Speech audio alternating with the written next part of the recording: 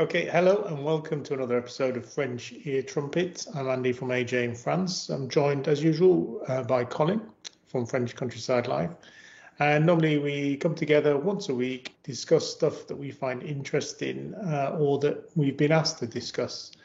Last week we did a really interesting episode on houses, what to look for when you're buying a house. That was in response to someone who subscribes to my channel and to this channel, and I think yours as well, actually. Yeah. And he asked us if you could point us in the right direction, so we have done. What was interesting was that the first 40 minutes were from the outside of a house that you're viewing. We hadn't even stepped in through the front door and we've done 40 minutes on it already. I know, but because it's such a big subject, and we're going to do another one on it, simply for that reason, it's just, there's so much to cover. Yeah. You imagine, it's your biggest purchase you'll ever make is buying a house. Yeah. But it's funny because if you're going to buy a car, you might take it for a test drive for an hour max, for a good test drive. And how much time do you actually spend walking around a new house? Oh, yeah. Less than that. Yeah. Yeah. Did I mention switch everything on? I can't remember if I said that. You might have done. It sounded like... We'll have to get some French Ear Trumpet merch with just switch everything on the t-shirts. Why not? Yeah. Why not? So, we've got some good stuff coming up, I think. I had an email I had a WhatsApp from Daryl and Liz, and they suggested, and it's a really good suggestion. Hang on a sec. There we go. So I'll just read it out. Do it. And try and paraphrase it. So Liz says I should say to you a theme for French Ear Trumpet, doing one on driving in France, advising on what you should bring with you from the UK when driving, like light stickers, UK sticker, V5 and all documents, high-vis and triangle. Also, what criteria for and when, where you can go and restrictions, etc. Laws if you break down and what to do and what happens. Changing license plate if keeping right-hand drive car, etc., etc. Then he goes on to talk about what people have talked about on the Facebook forums with regards to a broken down car and wanting to scrap that car in France and all the dramas involved with that. So I think rather than just leap into that, we'll do the appropriate amount of research so that the answers that we do give are the right answers, just the answers that we think are right. Yeah. And so that'll be a good one coming up. Yeah. We've got a very special guest coming up, not next week, I think the week after. I think his name rhymes with Bobby. So that'll be interesting. So we've got some good stuff coming. Yeah, definitely. We wanted to do one on driving for a while, but like you say, it's really complicated, and things have changed a lot, especially in regards to bringing cars over and registering them. It's very complicated. On the subject of updates for people, I don't know if people are aware, but the new entry system starts for the Schengen area. Did you know it's the 5-year anniversary of the Brexit vote? Yeah, and this makes me feel really old because, no, it's 10 years. It was 2015, 10 years, 2016, 10 years. You're right, big one, yeah. Yeah, so I've got my niece, Big Dave's daughter, they were all born after the vote. And you can, and it's really weird, that there's... Welcome to my world.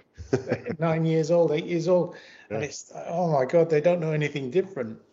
Sounds really old, doesn't it, when you say that? Yeah. But so 31st of January, which is when we're recording this, which is a Friday, to go out on the 1st, which is tomorrow. The new system is going to come into force, and it's worth mentioning that the new import to the UK system is coming online tonight as well. So what does that mean? Sorry. Okay, so customs declaration forms and that kind of stuff it's super technical, and they've all got different TLAs, 3-letter abbreviations, and the forms are coming into place now where if you're bringing stuff into the UK, because the previous government had found it way too hard and too expensive to implement any of the proper checks that they'd agreed to, they'd bounced it down the road so many times. Now it's finally got here. So if you want to import stuff from the EU into England, it's going to be, Great Britain. Northern Ireland, I think, will probably be different, but again, super complicated. It's now become a lot more expensive and a lot more complicated to do. So that may or may not affect you if you're sending parcels from France to England. Yeah. So does that include, just say, I don't know, a birthday gift you want to send to someone? Yeah, anything. And also for this year, they're going to bring in the fingerprint and photo for anyone who's not a EU citizen coming into the Schengen area. So that's British people, obviously. If you've got a UK passport, you're going to have your photograph, fingerprints, and all that done when you enter. So the queues are going to be insane.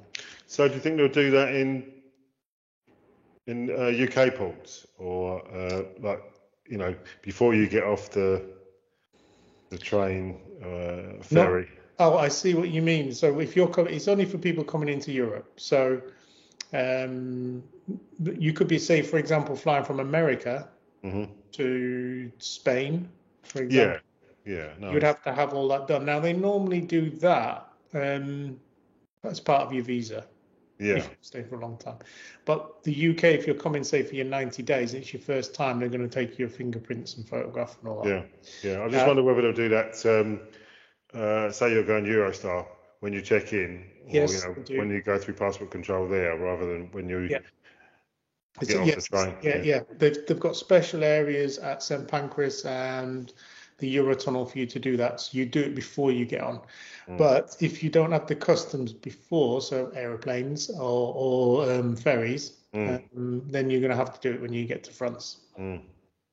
So the queues are just going to be insane, for at least for a while, I think. And then, so then you're going to have to start filling in the visa form and sending your details ahead soon as well. That's slightly separate. And I think that's going to start later on this year, but we don't know when. We haven't got a date for that. And you're going to have to pay €7 for it as well. Of course. So all that's coming into force this year. Okay. That's a bit of an update. Good old Brexit, eh? Yeah. Another update for you, but this is for people who live in France. Tomorrow is the start of the new electricity tariffs prices. Do you want to know what the changes are? Yeah, go on. Right, so it basically across the board works out, I've got it here in front of me, your price per kilowatt hour is going to go down by 20%. I did see an email about that actually from EDF. Didn't they? Isn't there going to be a slight blip at first, where the price is going to go up, but they're going to drop the VAT on it, so it's going to come down about 2 or 3 weeks later? All right. I'm not sure about that, but for your contract prices is what I'm looking at. So you're going to lose 20%, which is good. But they're putting 10% on your standing charge. Right. So they give with one hand and take with the other. But it does work out cheaper, but depends how much electricity you use, I guess. And then if you're on the tempo tariff like me, so you have the different coloured days, then you don't get as it's not as good. So you're going to get roughly 5%. It averages out at what you would normally get off. It still remains the cheapest tariff that you can get in France. So, sorry, go on. No, that's all I'm going to say. Right, so what I was going to say was, and I was thinking about this today, I was driving out to take Charlie to his canny park today, and I saw a house that's got pretty much all of its roof on one side, covered in solar panels. Like my house. Yeah, there you go. And it occurred to me, the cost of doing all that, and you would need somewhere to store the electricity, obviously. Not obviously, but you would need somewhere to store the electricity. So the cost of all of that, the whole kit, how long would it take for you to break even and then start getting free electric? Interesting, because there's more than one type of system. Yeah. We'll split it into two basic ones, one with battery storage and one without. And we're talking about residential systems. Yeah. On both of those systems, you can also opt to sell the electric back to Enedis or EDF or whoever. Yeah. So you take your primary contract, so like Tempo, for example, or you've got on and off peak, what do they call it? Cruise and then Blend. Yeah. You take that as normal, and then you take a separate contract at the same time, which any excess you send back to them, they'll pay you for. So that, in effect, is like having a battery. Oh, I see what you mean. Yeah. Okay. Yeah. So if you have a battery, you save the storage and then you use it later. You save the electricity in the storage and you use it later. But most people are at work during the middle of the day, which is when you get your most solar. So you can't use it then. So you have loads of it spare. So you send it back to the grid and then they pay you for it, which gets knocked off your bill. So a system on a house with, say, 8 panels with an inverter that just helps you helps you run all the stuff in your house. So if you're retired, that's a good option because you can put the washing machine on in the middle of the day. You could probably get that for around about €6,000, something like that. Okay, right. Are there any grants available to help with that, or? I'm not sure is the answer. But if you go on My Prime Renov, if you Google that, you can put your details in. It'll tell you if it any grants apply to it. So then if you look at 6,000, you're probably looking at about 5 years payback on a standard house. So after 5 years, that will then be money that you haven't got to find the cash for. The other thing that occurred to me as I was driving along was that pretty much everything gets damaged by UV light. Yes. So a solar panel being directly in the sunlight, I was going to say 24 hours a day, but that'd be stupid, wouldn't it? A panel that's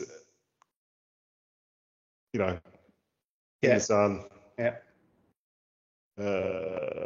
from morning till evening. How have they been able to mitigate the effects of UV damage? Right. So solar panels themselves, the material that they're made of, aren't super reactive to UV. So they're not. Right. That's like like having a slate roof or something like that. It's not going to cause too many problems. The frames are made of aluminium, whether they're black or silver. The black ones are just coated, and again, the aluminium doesn't really have too much of a problem with UV, but they do have a life. And after 25 years, you would expect to have between 80 to 90% of the power still after 25 years. Well, that's not bad, is it?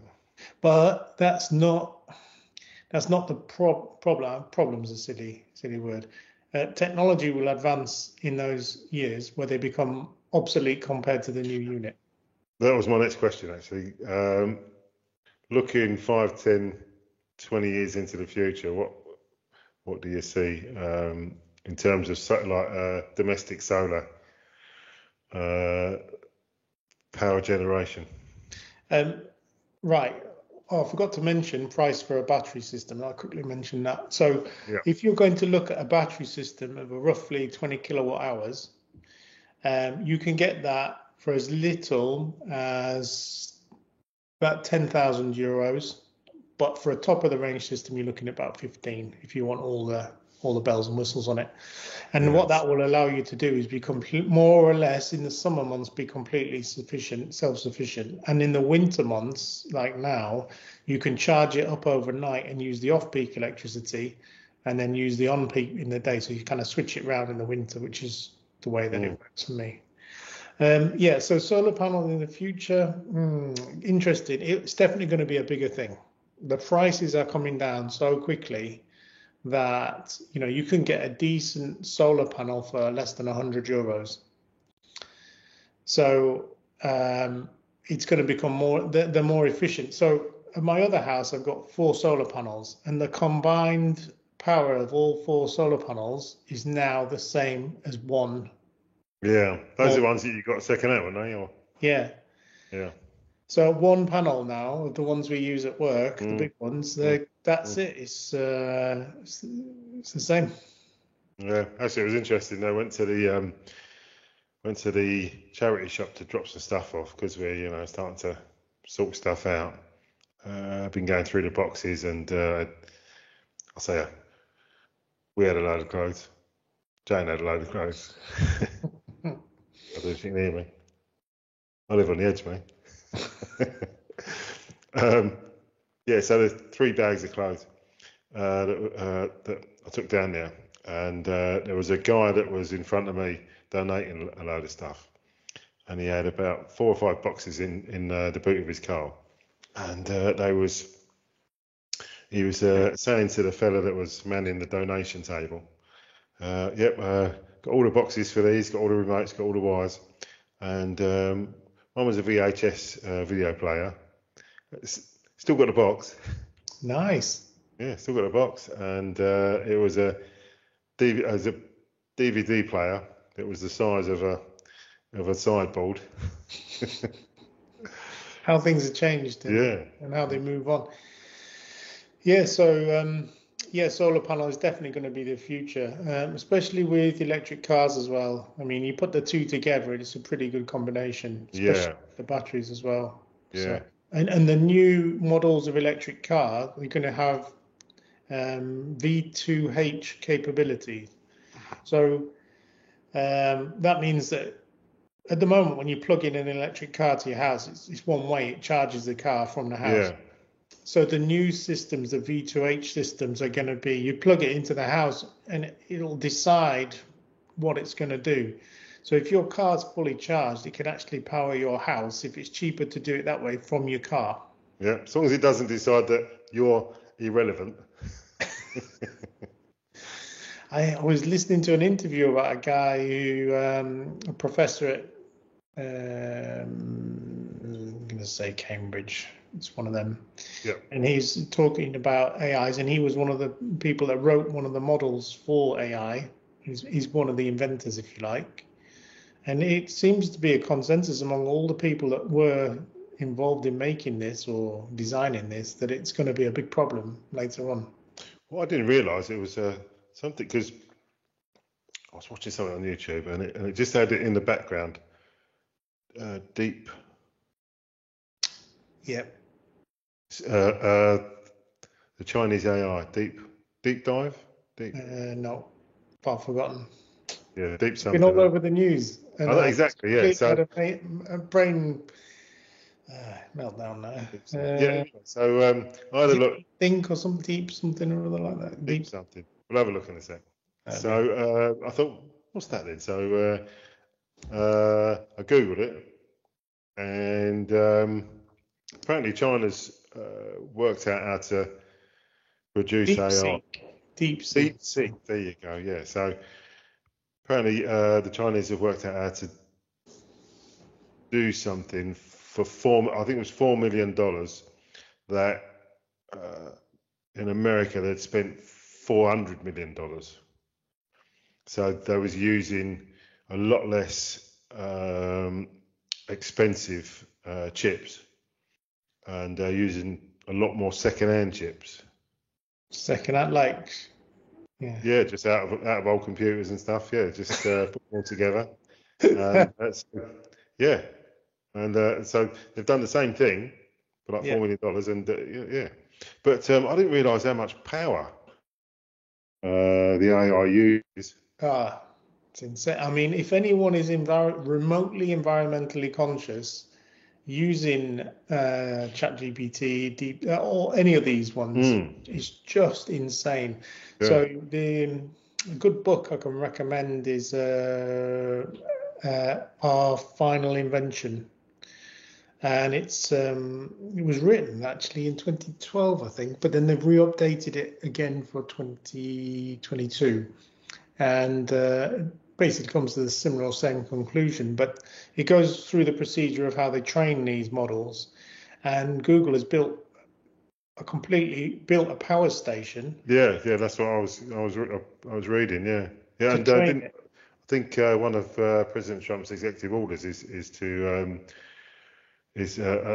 build a bunch of new power stations just to cover the needs of AI. Yep, it's just so power hungry, it's insane. Yeah, but it's definitely going to be we're going to see a big change of everything in the future with AI. For sure. We could do a whole episode. In fact, we decided we were going to do one, didn't we? So yeah, but we're just waiting for the machines to tell us it's okay. Yeah, that's it. Track us down and kill us in our sleep. Yeah.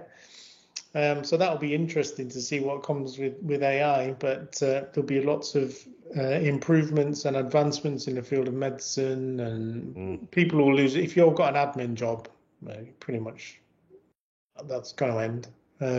It won't end in France. Oh no, it won't. There'll still be people spending their entire career walking down corridors holding a piece of paper. So I'll give you a French-related admin. My two-letter theory is fully in. If anyone doesn't know what my two-letter theory is, I'll quickly explain how I deal with French bureaucracy. Is if I get a letter from somebody demanding that I do something, I don't do anything in the first letter, because if they're serious, they'll send you a second letter, and I've cut down on so much bureaucracy by just not replying to the first letter. Anyway, so I got. For the second house, it's uninhabitable. There's no way you can live there. So it's very sneaky. When we went round, when they went round a few years, maybe 2 years ago, and asked you to go online and then make a declaration of where your buildings are. Most people just had one house, I guess. Some second homeowners in England probably had to fill it in as well and say what your house was, where it was, and all that. So I did that, but I mistakenly put it was a maison secondaire, my other house. So immediately they've gone back and started to charge me for my tax habitation. You don't need to pay it if it's uninhabitable, which clearly it is. It doesn't have anything in there at all. It's completely empty. Anyway, so that took me so long backwards and forwards to try and get that changed. Eventually they agreed to change it. The week after, I received another bill with a fine on top for not paying it. Perfect. So it wasn't the day after. It was a good old week in there, week 10 days, maybe something like that, between the two decision letters saying, yep, that's fine, we won't charge you, and then receiving the bill again with a fine on top. So, yeah, the bureaucracy is in full swing. You just got to expect that, really, in France. It's just the way they roll. Something just occurred to me. I remember, I think everybody does it, playing the game between Virgin and Sky. When you renew him.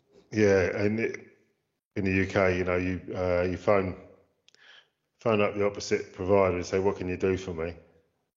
And then you then phone up your provider and say, right, that's it. I'm going to go with, And I always found whenever I did it, because it was always with Virgin, so because they had the fastest interweb at the time, and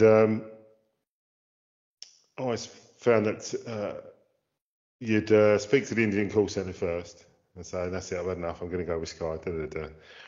And then they'd put you through to retentions. Yeah, put you through to some other place, and then you'd insist, no, that's it. I'm not sure there's much you can do from it. Then they'd put you through to the Scottish call centre, and Mrs. Doubtfire would answer the phone, and you'd end up staying with them, but you'd get all these other stuff because I think they was just given carte blanche to give you whatever you wanted, just as long as you stayed. Yeah. I always wondered whether people do that. They phone up and say, right, that's it. I want you to cancel my contract. I'm not happy. And I go, all right, that's done. What? Wait a minute. So that's interesting. Have you ever tried to cancel a contract in France? It's really difficult, isn't it? You've got to send letters and letters from the Marie and blood samples and promise to hand over your firstborn and all sorts. So I had a bank account that in the local village, because everything's localized as well. If you don't know, in France with the banks, it's not like in England where Lloyd's Bank is Lloyd's everywhere. No, I have the same with Credit Agricole. I'm with Credit Agricole. If I try and pay a check, they've only just got an automated check paying machine, so it's easy. But because I'm with a different section of Credit Agricole, excuse me, when I try and pay a check in here, they go, well, no, it's a different bank. Yeah. Well, is it though? It's called the same? We don't understand it, do we? Yeah. But if you're brought up with it, I guess, because it's done regionally. So Brittany, or where I am, Brittany, the Credit Agricole is not the same as the Credit Agricole in Normandy. No, completely different. So, but the problem is Credit Agricole Normandy actually has the Britline branch in it. And if you don't know Britline, it's the British version of Credit Agricole. Yeah, it's very good. It's very good, and they're English speaking, and they are super helpful, by the way. So it is worth. I mean, you also pay a lot for your banking services in France. It's not free. So I have this account with Credit Agricole in Brittany, and I don't use it because I've got another account for my house, and it was one I had many years ago when I used to visit because it was local and easy. And I went in there, and there's about €5 in it. And I went in and I said, I don't need it anymore. I just want to cancel it. Here's my card. Here's my passport. No. You've got to write me a letter. I said, what do you mean? I'm actually stood in front of you. Write the letter and I'll sign it. And I'm like, oh. So I went away, come back the next day. They're shut Thursdays, aren't they? Of course they are. Yeah. Of course they are. So I go back Friday, but Friday afternoon. They're shut Friday afternoon. No, forget it. No. So it rolls on another week. But by this time, they've charged me the monthly fee again. So it's now down to €2.50 left in the account or something. It's all a conspiracy. So, and then with my letter and my card and all that, and he said, right, so you got €2.50. I said, you can keep it. I'm not interested. And then went, no, we need a RIB, which is your bank details, of another bank account to send this €2.50. Yep. And there's a fee of €1. I said, no, you can keep it. I'm not allowed to do that. We won't close your account unless you do this. And if you don't close your account and you go into arrears, we'll start charging you. Right. It is super unfriendly. Yeah. I mean, the guy was super nice, but he was just like, them's the rules. But yeah, I don't make the rules. You're going to get stuffed unless you can give me a bank account to transfer this money to. Oh, it just went on and on. And I thought I had it done. I watched him cut up my card. I said, is it done? And he went, yeah. Day later, I get a phone call. It's such and such from the bank. Do you really want to close your bank account? I have to make sure that it's you because... And I'm like, are you serious? And so... And they didn't speak English, this person as well. Yeah. What's interesting, we said about a rib. You try and... protect your data and protect your your personal stuff. And how many places have you been to, or how many places have you been online, and they've asked you to send them a rib? which has got Oh, yeah. all your possible information that anybody Yeah. could possibly want. I've noticed that data security in France is not they're not bothered too No. much. They're even at work, they're not super fussed by it. You can get access to lots of people's details and for stuff. I'm not talking about work now. I'm just mean just generally, like you say with a rib. You've got to go everywhere with your utility bills, your car grease for your car, and you've got to leave all those details in the car as well. So you leave your car grease in there. It's got all your name and details. I know, right? Yeah. Someone nicks your car, that's it, though, isn't it? Yeah, exactly. They've got everything, but you've got to carry it with you. I bought that change as well. It's really so. The other day I saw one of the guys come into work, and so I found what do you call it? A USB drive outside on the street. I'm just going to plug it in the computer and see what it is. I'm like, no. Read this book first. I'm like, no, don't do that. If you want me to look at it, I'll look into it, but don't just put it straight into one of the network computers. Imagine. Because that's how they do a lot of stuff like that, phishing like that. They'd leave USB drives around the entrance to places where they want to get access to the computer. They rely on someone picking up, going, "Oh, I wonder what's on that." Let's find out. That's it, done. Yeah.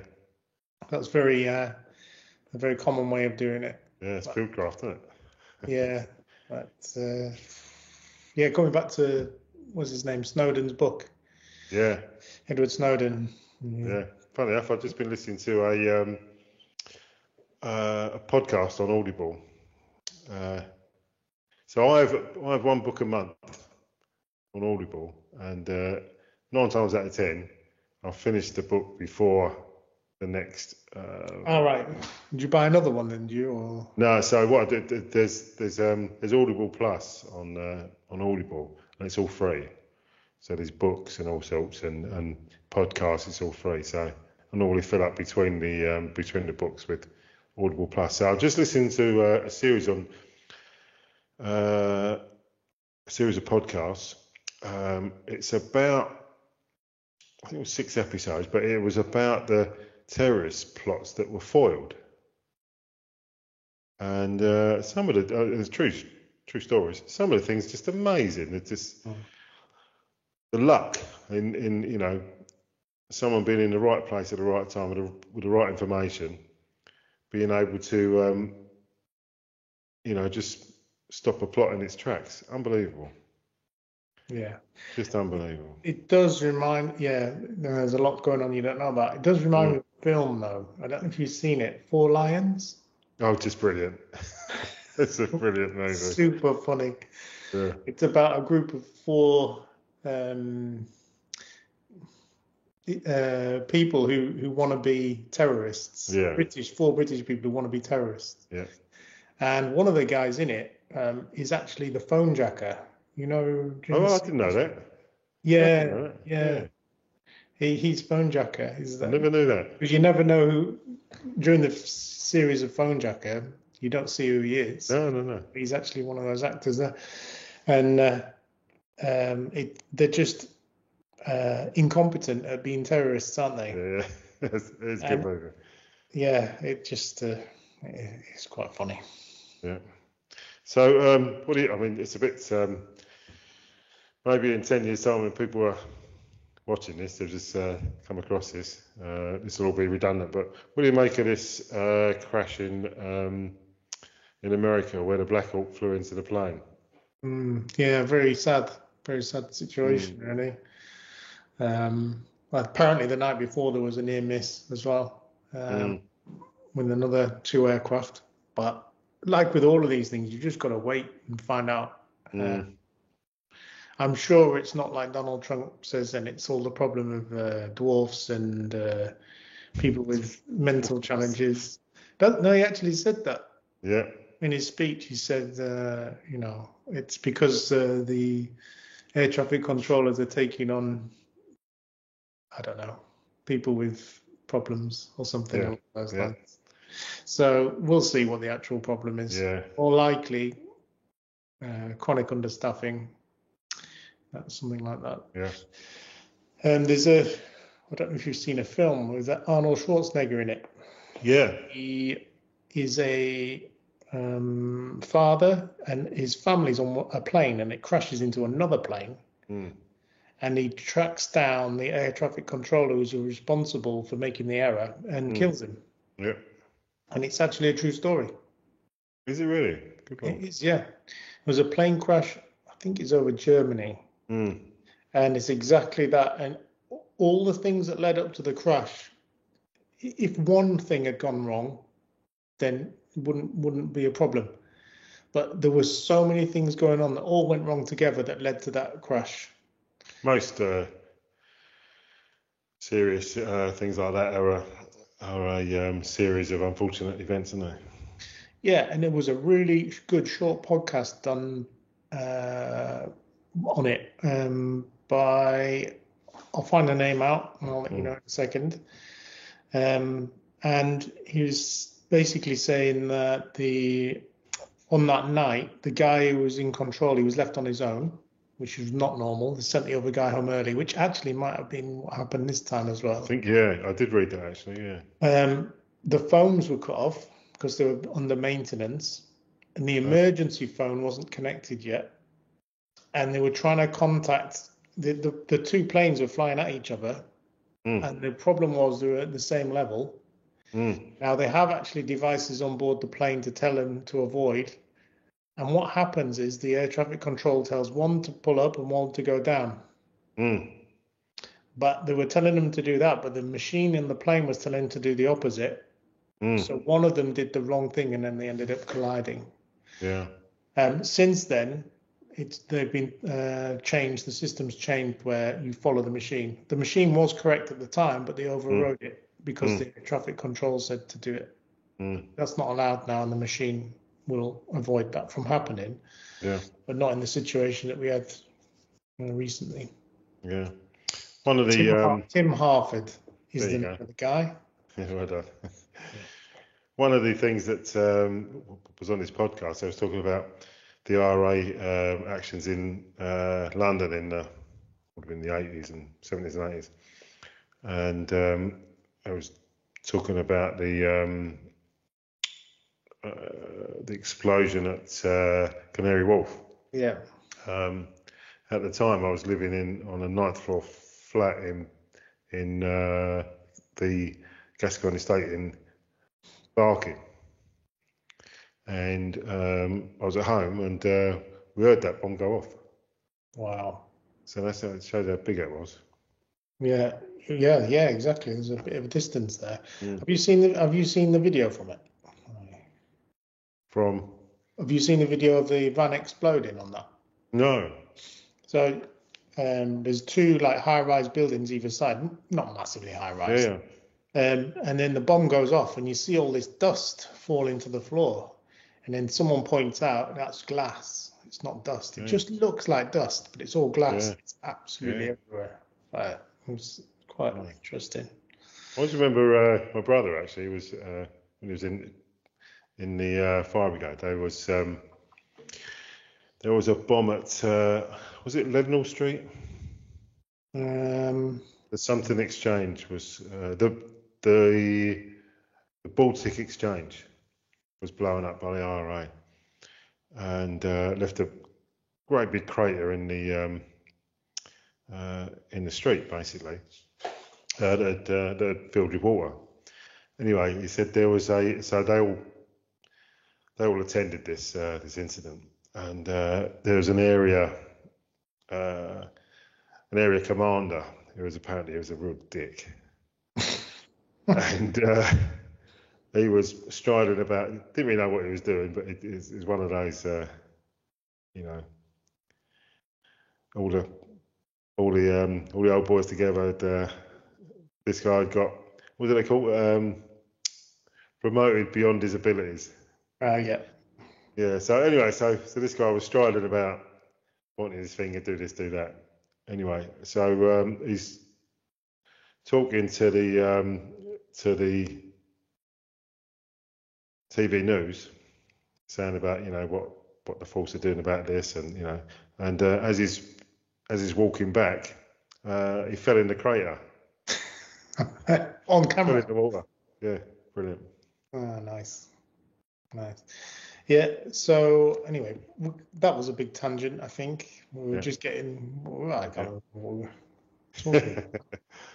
Good job. Yeah, basically we're talking about admin and how difficult it is in France, and the new laws that are going to come in from this year. If you voted Brexit, that's a good one. Yeah.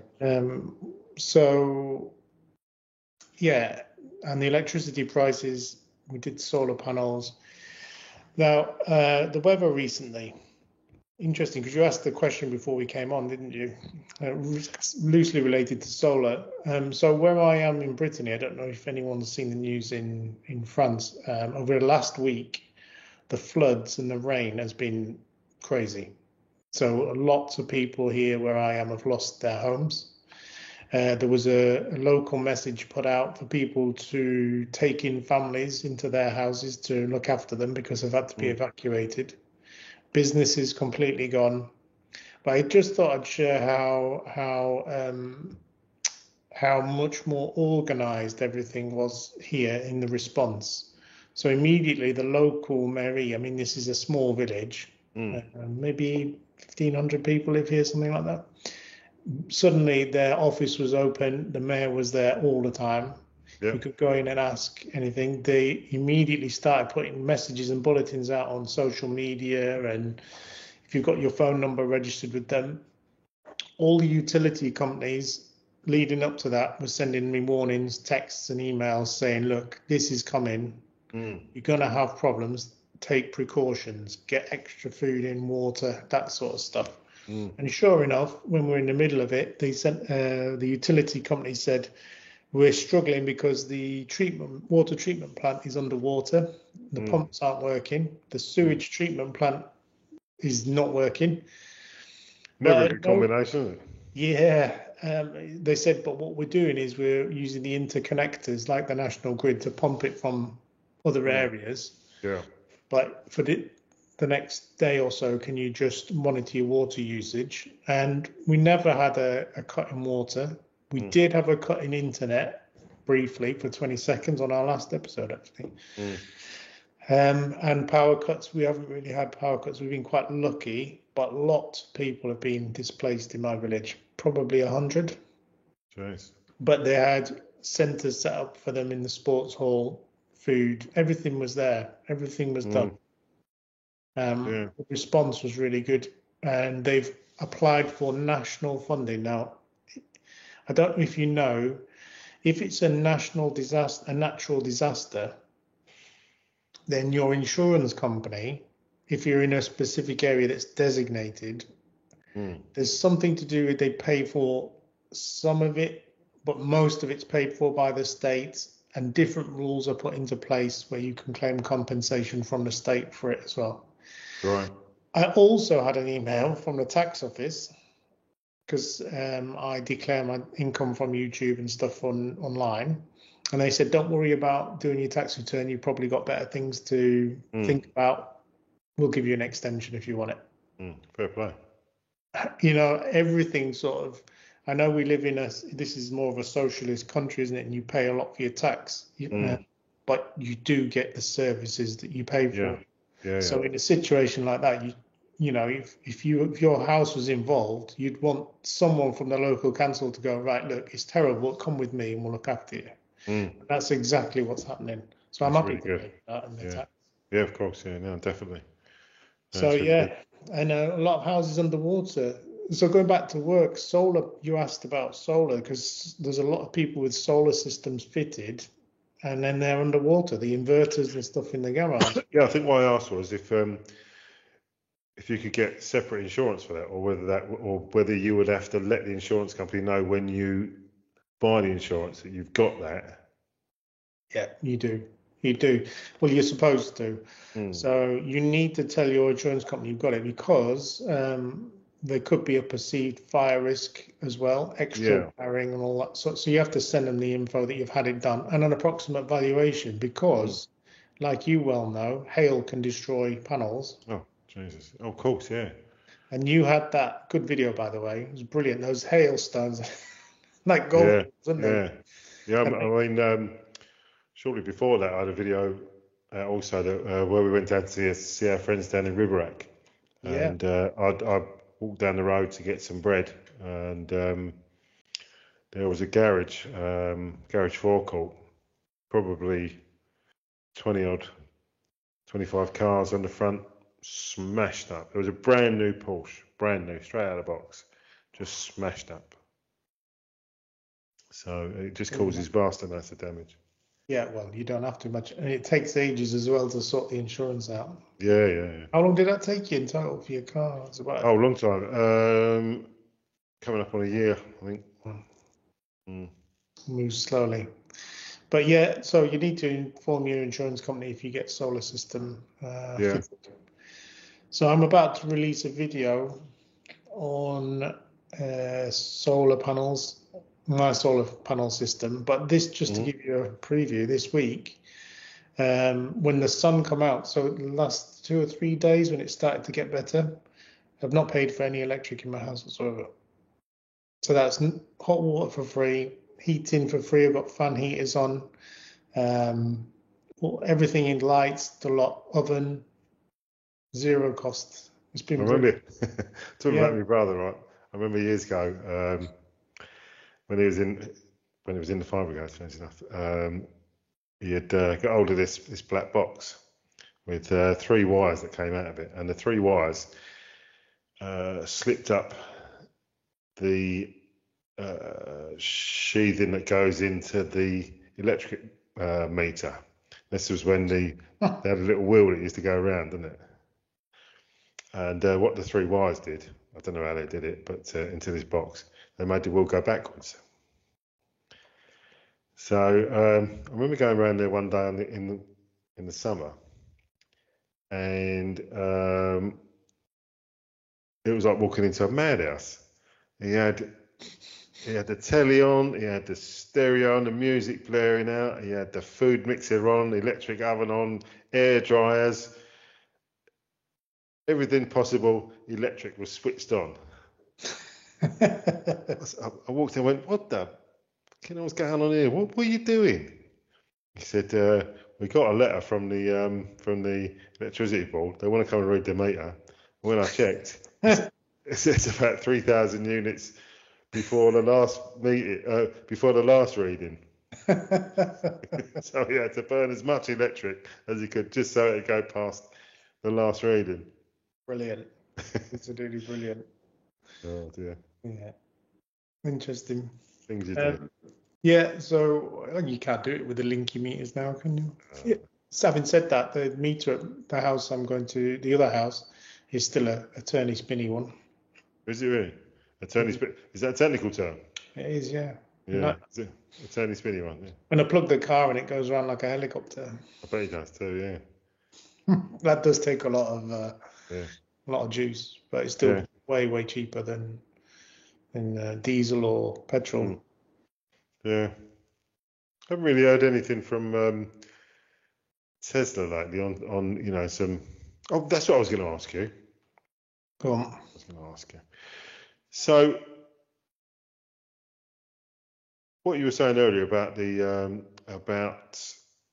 advancing solar panels, they're going to become more and more efficient. Yeah. It'll be the same, I'm assuming, with the battery systems. But do you think they're always going to be stuck with the lithium batteries, or do you think there's going to be something else that comes along? It's going to be more efficient, lighter, less expensive, less damaging. Yeah, well, I would think so. They're always advancing, aren't they? But the batteries tend to use the same method that they've always used since their invention. So the batteries don't store energy; they're a chemical reaction which produces electricity, and you can reverse that to change the chemical makeup of the battery, which is in effect charging it. There was a guy who I knew a long time ago, and he was trying to invent an instant charge battery based on a capacitor. but he never managed to do that because the capacitor actually stores electricity as opposed to a battery that doesn't. So yeah, new advancements, I guess. I mean, now we've got lithium. We never really used to have lithium, and there's now LFO batteries, and we've got some of those at work. We're testing. The problem with those is you need to keep them at between 60 and 80 degrees centigrade for them to hold or have a usable charge. Right. So they're very inconvenient to work with, but once they're at the temperature, they're quite efficient. I always thought when microwaves first came in, microwave ovens, that you could heat your suet pudding in 3 minutes or whatever. They never did anything like that to freeze things, did they? Like you couldn't, put an ice cube tray in a machine, press a button, and it would instantly turn to ice, or within 2 seconds turn to ice. Yeah, interesting, that isn't it? Interesting. You can do that, but it just takes an insane amount of energy. Yeah, I suppose it's blast. They call it blast chillers or something, isn't it? It's what they do with fish, isn't it? But it's just not practical, and it's not cheap enough to make for home use. Yeah. I mean, microwaves are just radar, aren't they? I mean, they're the same or similar to radar. That's how they were invented. There's that story about the guy who put a chocolate bar on top of the radar. Yeah, I think he was my dad told me the story. It might be slightly wrong, but the guy who invented the magnetron for the radar, using it to warm his hands on cold days. And then he thought, well, why not stick it in a box? Something up with it, kind of thing. Yeah. And it actually operates on the same or very similar frequency to Wi-Fi, just extremely. If you smashed in the front door of your microwave, so it was no longer protecting you, all your Wi-Fi go off because it's the same frequency. But there's a little mesh in your front of your which stops the microwaves from escaping. Yeah. So you can actually warm your hand. I suppose you would do, wouldn't you? Put your hands in the microwave oven. What could possibly go wrong there? If you overdo it, I guess, yeah. But so the magnetron is originally what they used for radar and what they used for microwaves is a similar concept. Interesting. I always thought that was a brilliant video that you did where you put an LED TV screen in an antique TV. Oh yeah. Yeah. That's brilliant. I just love that. Do you know I got a lot of comments on that saying why didn't you repair it? Why did you do that? Yeah, why would you do that? And I was like, well, it was either the tip or the dump. Yeah. I'm not. Yeah. There's no point in repairing all the insides of that room because there's no analog TV signals to receive now anyway. No, exactly. Yeah. And it would be a complete fire risk, and just don't have the interest in it either. Yeah. So yeah, no, it's really good. Still here, in fact. It's next to me. I use it to run the projector in the cinema off. Yeah. Good. So what next? What's been interesting you this week? So mainly the floods, I think. Yeah. Really, it's the worst. I was talking to a guy who's been here for a long time. And he said he remembers the last one this bad was in the 60s.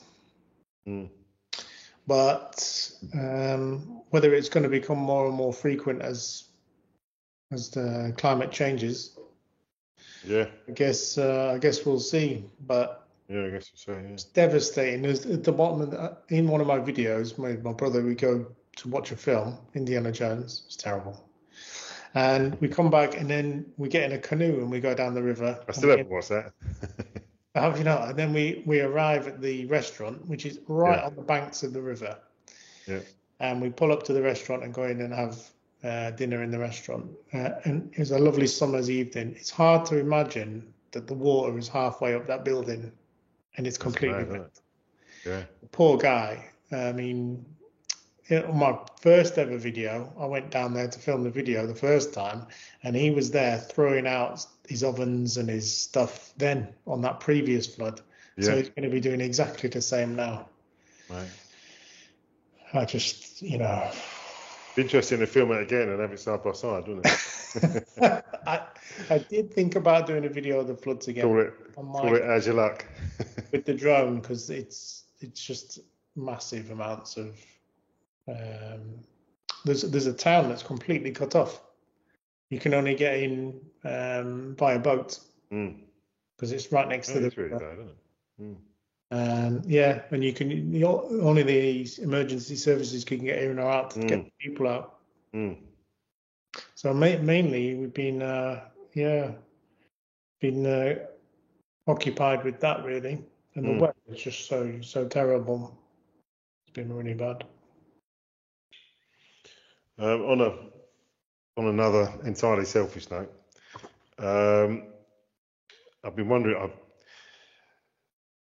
You know, when you find yourself thinking, I must have a look at that, and then there's other things to do, and you just don't do it. The projector I've got, I think we talked about this. I can't remember whether we talked about it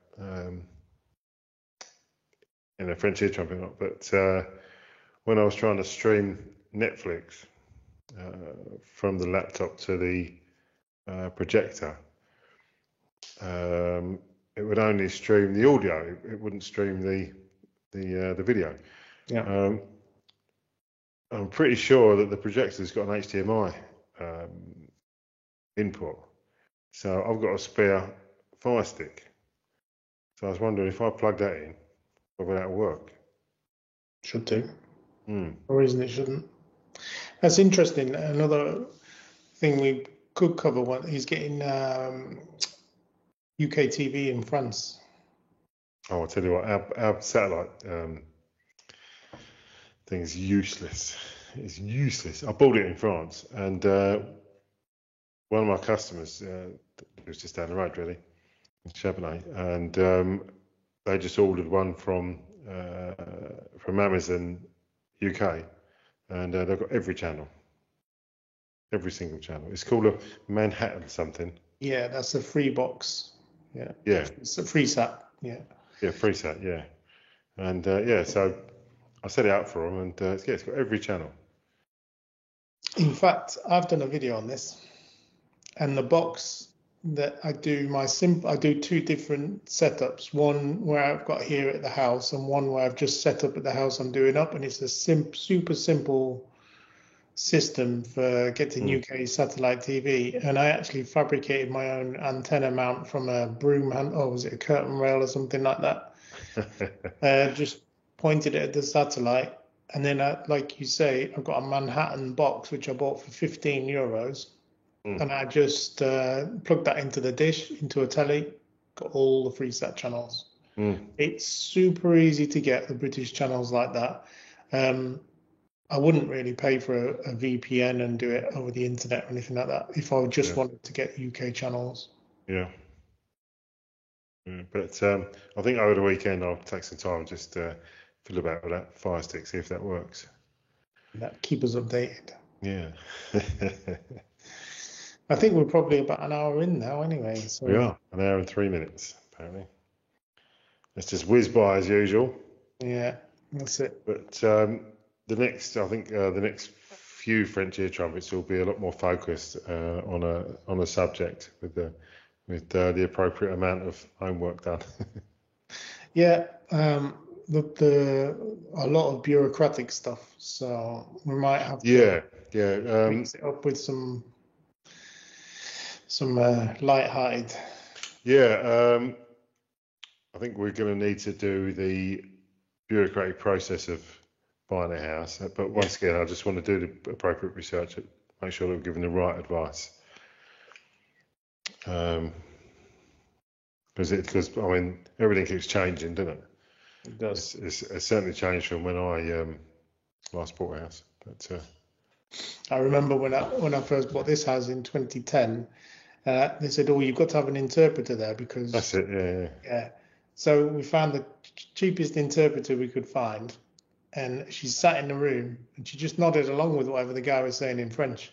So, oh yeah, and we had to say to her every time, "What's he saying?" And she went, "Oh yeah," and then she'd just go back to going, "Oh yeah." And then we, well, what's he saying then? And it just went on. She didn't really understand the concept of interpreter, did she? And I was like, this is really hard.